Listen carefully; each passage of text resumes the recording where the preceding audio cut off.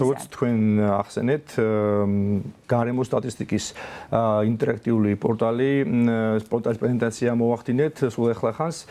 ეს არის დამატებითი წყარო ინფორმაციის გავრცელების და შესაბამისად დამატებით საშუალება ინფორმაციის მიღების. საქსტატის მოგეხსენებათ უმრავი ინფორმაციის გავრცელების წყარო აქვს, მათ შორის ჩვენ ვებგვერდზე შეგიძლიათ ნახოთ უმრავი სტატისტიკური მასალა, Excel-ის ხრილები, მეთოდოლოგიები, სხვადასხვა ასევე ძალიან აქტიური ვართ სოციმედიაში, Facebook-ზე, Twitter-ზე, LinkedIn-ზე, მაგრამ ყველა ამ ჩამოთვლიდან შედარებით ის უბრალოდ რაც პორტალს გააჩნია არის ის, რომ ამ პლატფორმაზე ადვილად წასაკითხიანით და შესაბამისად ადვილად და აღსაქმელი ფორმით არის წარმოდგენილი ეს ინფორმაცია.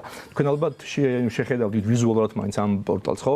და იქ ნახავდით, რომ აი ციფრებზე, ცხილებზე, მეთოდოლოგიებზე მეტად გრაფიკები, სურათები, ჩარტები, ვიზუალიზაციის თანამედროვე საშუალებები ჩანს. აი ეს არის ის თემა, რაც უფრო მიმზიდველს ხდის ამ მომხმარებლისთვის ამ პორტალს. რა იყო მიზანი თავდაპირველად ასეთი პორტალის შექმნის? რამდენად იყო მოთხოვნა და ვისგან იყო ეს მოთხოვნა? ხო, კაი შეკითხვაა. პრინციპში მიზანი როგორც ვახსენე იყო დამატებითი წყაროს არსებობა, მაგრამ ჩვენ რამდენიმე წლის წინ ერთგვარი ჯენტლმენური შეთანხმება დავდეთ ჩვენს მომხმარებელთან რა. და აი კვარტალში ერთხელ საშუალოდ ახალ ინტერაქტიულ პორტალს შევთავაზებთ. და ეს იყო რიგით 27-ე პროდუქტი, ასევე ამ თემას ჰქონდა ერთი ინსპირაცია, რომელიც დაკავშირებულია საერთაშორისო აქტივობებთან. ჩვენ გასულ წელს უმასპინძლეთ ევროკავშირის, ევროსტატის და გაეროს ევროპის ეკონომიკური კომიტეტის მისიას, რომელმაც ჩვენთან ერთად შეაფასა, მოახდინა გარემო სტატისტიკის ძირეული შესწავლა, გამოავლინა ხარვეზები, გამოწვევები, შესაძლებლობები და ამის შემდეგ მივიღეთ 15-მდე სტრატეგიული და ტექნიკური ხასიათის რეკომენდაცია და ერთ-ერთი მთავარი რეკომენდაცია იყო გარემო სტატისტიკის პორტალის შექმნა. როდესაც ნახეს, რომ ჩვენ მსგავსი პრაქტიკა გქონდა სოფლის მეურნეობის მიმართულებით, ეროვნული ანგარიშების მიმართულებით, ფასების დემოგრაფია, რატომაც არა გარემოს სტატისტიკის პორტალი და ეს იდეა შემდეგ იქცა რეკომენდაციად და ამ მიმართულებითაც ერთი საერთაშორისო რეკომენდაცია სტიკ შევასრულეთ.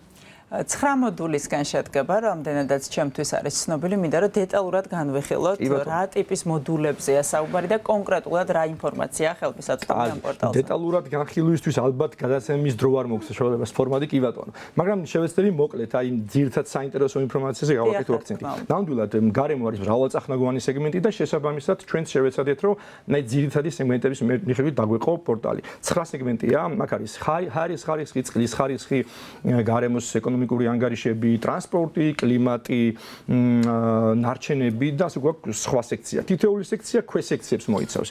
აი უამრავი სხვა ინფორმაცია საინტერესო. აი მაგალითად რო შევეხოთ წყლის სექციას. იქ არის მოცემული მდინარეების, ტბების ფართობი, სიგრძე, საშუალო სიღრმე, მაქსიმალური სიღრმე, ასევე მისი გამოყენების დანიშნულება, რა დანიშნულება გამოიყენება სარეკრეაციოდ, საკონსერვაციოდ, თევზჭერისთვის, ირიგაციისთვის. გარდა ამისა, მტკნარ წყალზეა ძალიან კარგი ინფორმაცია. აი თქვენ მაგალითად თუ გაქვთ წარმოდგენა საშუალოდ ერთი ადამიანი რამდენ წყალს მოიხმარს დღეში საქართველოში. აქ სასმელი წყალის სარეთსაშუალო ტიპის ინფორმაციებიც არის ხელმისაწვდომი. 239 ლიტრი ყოფილა თურმე, მეც ახლა აღმოაჩინე პორტალის დამზადების მომენტში. ასევე გვაქვს ინფორმაცია წყლის დანაკარგებთან. რაზე დაყრდნობით შემუშავდა ეს ინფორმაცია? გეტყვით, რა თქმა უნდა. რის მიხედვით გადაწყდა, რომ აი ეს ინფორმაცია შესაძლოა ვინმესთვის საინტერესო იყოს, მაგალითად, რაც მოიყვანეთ ახლა თქვენ. ეს ინფორმაცია დღეისათვის რასაც გარემოს მიმართულებით ვაქვეყნებთ ინფორმაციას, ყველაფერი მოდის ადმინისტრაციულ წყაროებიდან, სოფლის მეურნეობის სამინისტრო და გარემოსდაცვის სამინისტრო, ასევე შესაბამისი აგენტოები. ეს მოდის ინტერესიდან, საზოგადოების ინტერესიდან, რა თქმა უნდა.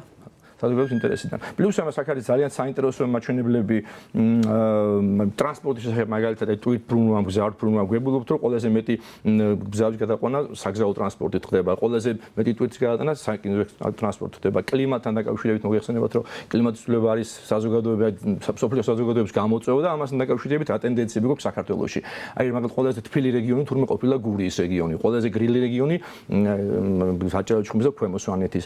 ასევე ბოლო პერიოდში ძალიან შესამჩნევია საშუალო ტემპერატურა და გადახრის ტემპერატურა და ყველაზე ცხელი წელი ყოფილა 2010 წელიანი მიმართულებით და თუ შევხედავთ დინამიკა ისლებს ნახავთ რომ წლის გასვლასთან ერთად ეს გადახრა იმატებს. და კიდევ ძალიან მრავალფეროვანი ინფორმაცია. საინტერესო რამდენი ადამიანი მუშაობდა ამ პორტალზე, იმიტომ რომ ძალიან ბევრი მიმართულების სპეციალისტი იქნებოდა ალბათ. ამ პორტალზე რამდენი არაერთი, რამდენიმე ათეული ადამიანი თუ იმასაც ჩავთვლით ვთქვით, რომ ეს ინფორმაციის დიდი ნაწილი მოდის ადმინისტრაციულ წყაროებიდან, პლუს ამას მუშაობდა დარგობრივი დეპარტამენტი, სოფლის მეურნეობის და გარემოს სტატისტიკის დეპარტამენტი, ასევე IT მიმართულებით პროგრამისტები და რა ვიცი, ორ თვეზე მეტი. საინტერესო, რამდენ ხანში ერთხელ განახლდება ინფორმაციები? კარგი შეკითხვა. ავტომატურად დაუყოვნებლივ როგორც კი რაიმე სახის ინფორმაცია, რაიმე სახის ინდიკატორი, ციფრი განახლდება ჩვენ ვებგვერდზე, ავტომატურად იმავე წამში, იმავე წუთში მოხდება ამის განახლება პორტალზე. ბოლოს მინდა გკითხოთ, ვისთვის არის ეს ინფორმაცია? ვინ შეიძლება იყოს სამიზნე აუდიტორია, ვისაც გამოადგება ეს ინფორმაცია? უპირველეს ყოვლისა, სამიზნე აუდიტორიიდან დავიწყოთ იმით, რომ ის იმ პირებისთვის ეს იქნება სტუდენტი, მოსწავლე, მეცნიერი, პოლიტიკოსი, ვინც მუშაობს გარემოზე და გარემოს სტატისტიკაზე. თუმცა აქ იმდენი მეტ ძირითადად ზოგად ინფორმაციას ვერაგვი, იმდენი საინტერესო ინფორმაცია, რომ ნებისმიერი ტიპის, ნებისმიერი ასაკის მომხმარებლის ეს იქნება ძალიან საინტერესო და რაც თავარია, ეს არის ძალიან ადვილად აღქმადი ფორმით და ყველა ტიპის მომხმარებლის არის ძალიან საინტერესო.